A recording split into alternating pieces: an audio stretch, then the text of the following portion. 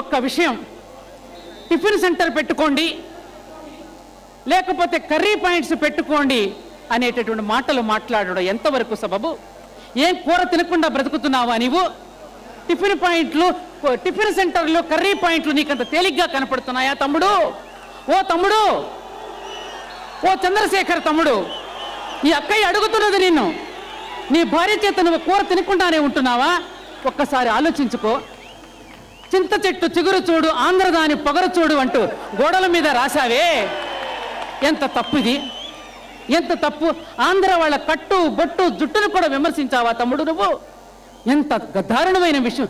ఆఖరికి నువ్వు ఎంత స్థాయికి వెళ్ళావు అంటే, కాలాలకి, దేశాలకి, వర్గాలకి అతీతంగా ఉన్న బతుకమ్మను కూడా ఒక ప్రాంతపు చట్టంలో విరికించడానికి కూడా నీ కుమార్తె కంకణం కట్టుకున్నది కదయ్యా. బతుకమ్మ అంటే అందరికీ బతుకునిచ్చే అమ్మ. ఇదా ప్రజలకు నువ్వు ఒక విజ్ఞానం సంపాదించుకున్నవాడుగా, ఒక వివేకవంతుడుగా, ఒక పార్లమెంటు మెంబర్గా ఇటువంటి దుర్భాషలా నువ్వు మాట్లాడేది? తెలంగాణ ప్రాంతానికి వచ్చే ప్రతి తల్లి ఎంత ప్రేమగా మాట్లాడుతుంది. ఆ సంస్కృతి ప్రజలలో కనపడుతున్నది, నాయకులైన మీరు కనపడకపోవడం ఏమిటి?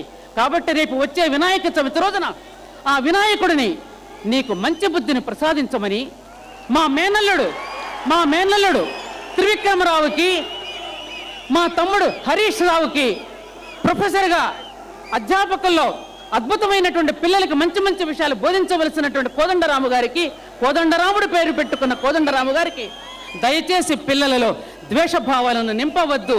సత్యం వద, ధర్మం చర, స్వాధ్యాయ ప్రవచనాభ్యామ్న ప్రవచితవ్యం అని చెప్పిన జాతి మనది. అటువంటి మనం బిడ్డలలో ద్వేషభావాలను పెంచుకో ఎంతవరకు సబబు అని నేను ప్రశ్నిస్తున్నాను. కాబట్టి ఆఖరిగా ఒక్క మాట, స్వామి వివేకానందుడు చెప్పాడు, ఈ దేశానికి ముగ్గురు వ్యక్తులు చెడపురుగులుగా తయారవుతున్నారన్నాడు. ఒకడు కర్ణుడు లాంటి వాళ్ళు, ఒకడు మారీచుడు లాంటి వాళ్ళు, ఒకడు శల్యుడు లాంటి వాళ్ళు.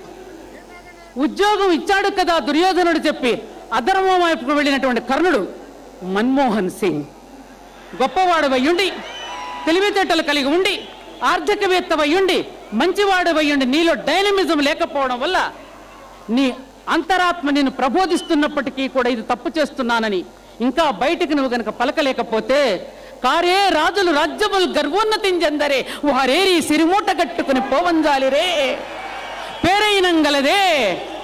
మాంధాత చక్రవర్తి ఏం పట్టుకెళ్ళాడయ్యా? ద్వాపర యుగంలో ధర్మరాజు ఏం పట్టుకెళ్ళాడు? త్రేతాయుగంలో శ్రీరామచంద్రుడు ఏం పట్టుకెళ్ళాడు? ఎన్టీ రామారావు ఏం పట్టుకెళ్ళాడు? రాజశేఖర రెడ్డి ఏం పట్టుకెళ్ళాడయ్యా? ఒక్కసారి ఆలోచించుకుని ఇప్పటికైనా నీ మనసులో మాటను బయటపెట్టి ఈ సమైక్యాంధ్రను సమైక్యంగా ఉంచడానికి నీవు విజ్ఞతను ప్రదర్శించు మన్మోహన్ సింగ్ జీ అని ఆయనకు కూడా నేను దండం పెట్టుకుంటున్నాను. ఇకపోతే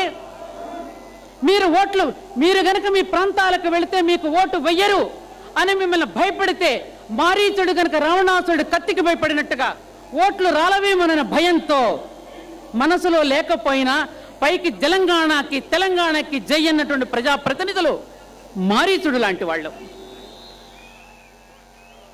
మార్గ మధ్యంలో ఎవరో భోజనాలు పెట్టి మీకు సకల మర్యాదలు చేస్తే ఆ మర్యాదలు ఎవరు చేశారో తెలుసుకోకుండా ఆ మర్యాదలకు లొంగిపోయి శల్యరథం పట్టినటువంటి వాళ్ళు ఎవరో మీకే తెలుసు. కాబట్టి మన ముఖ్యమంత్రి కిరణ్ కుమార్ రెడ్డి గారిని ఈ క్షణంలో నేను ప్రశంసించక తప్పదు. అంతిమంగా ప్రజా తీర్పు. Of the people, by the people, for the people is the government. ఇది గుర్తుపెట్టుకోవాలని చెప్పి అంతిమంగా ప్రజల తీర్పు.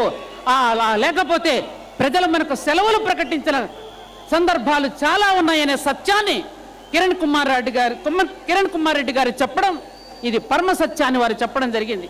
ఆత్మీయ బంధువులారా, ఇక విరమించే ముందు ఒక్క మాట చెబుతున్నాను. ఇక మేధావులు మీరు ఒట్టి మేధావులేనా? ఆనాడు అసెంబ్లీలో ఒక డ్రైవర్ వచ్చి ఒక మేధావి మెడ మీద కొడితే ఒక్క మేధావి కూడా ఇది ఖండించలేదే.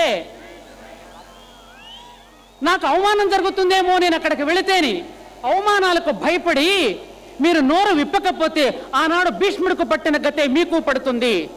ధర్మనిష్టాగరిష్ఠుడని పేరుగాంచిన నేను భీష్మ పితామహుడిని, నాకెందుకయ్యా ఈ అంపశయ్య మీద పడుకునే దుర్గతి పట్టించావు అని శ్రీకృష్ణుడు భీష్ముడు అడిగితే అప్పుడు శ్రీకృష్ణుడు చెప్పిన సమాధానం, నీవు ధర్మనిష్టాగరిష్ఠుడివే, మేధావివే, అందులో ఏమాత్రమూ కూడా తప్పు లేదు, కరెక్టే. కానీ ఆనాడు నిండు కొలువులో ద్రౌపదిని దుశ్శాసనుడు ఒలువలు విడుస్తూ ఉంటే, ఆమెను అవమానపరుస్తూ ఉంటే దుర్యోధనుడు ఉప్పు తిన్నాను కదా అని నువ్వు కనీసం పెదవి విప్పిది తప్పు అని చెప్పలేదు, కాబట్టి ఈ శిక్ష నువ్వు అనుభవిస్తున్నావు భీష్మ పితామహ అని చెప్పాడు శ్రీకృష్ణుడు. కాబట్టి ఓ మేధావులారా, ఇకనైనా మీరు నోరు తెప్పండి, ఇకనైనా మీరు నోరు విప్పండి, మీ మౌనాన్ని వీడండి, లేకపోతే దేశం ప్రమాదపు అంచుల్లో ఉంది.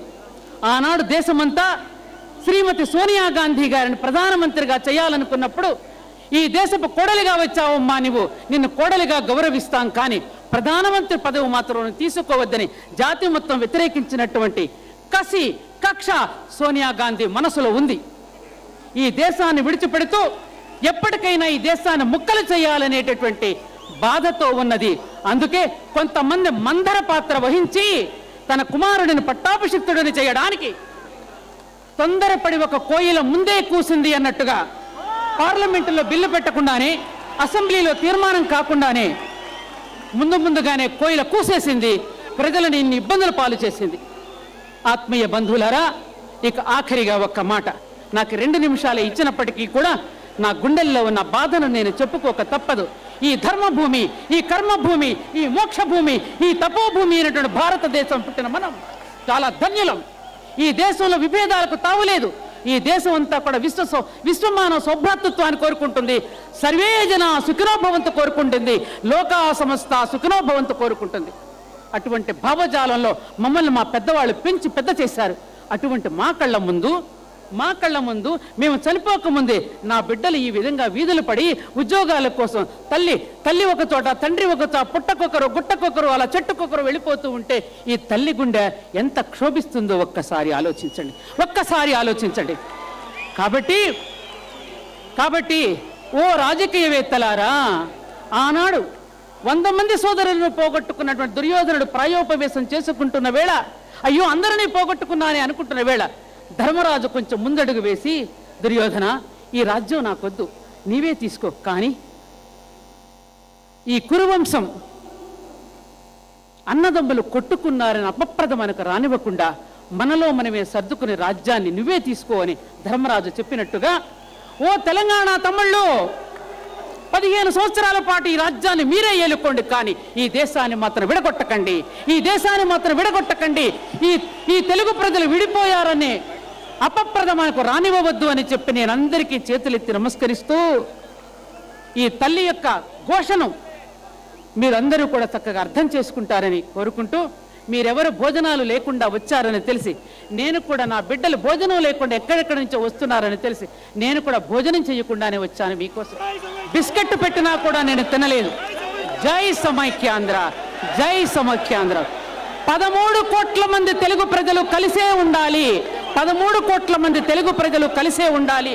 ఇది తెలుగు తల్లి కోరుకుంటున్నటువంటి కోరిక. జై సమైక్యాంధ్ర. అశోక బాబు గారికి, వారికి వెన్నుదన్నుగా ఉంటున్నటువంటి కార్య బృందానికి అందరికీ కూడా శతమానం భవతి అంటూ ఈ తల్లిగా ఆశీర్వదిస్తూ మీ అందరికీ కూడా సుఖశాంతులు కలుగజేయాలని వినాయక చవితి సందర్భంగా శుభాకాంక్షలను తెలియజేసుకుంటూ, జై హింద్, జై భారత్, జై సమైక్యాంధ్ర.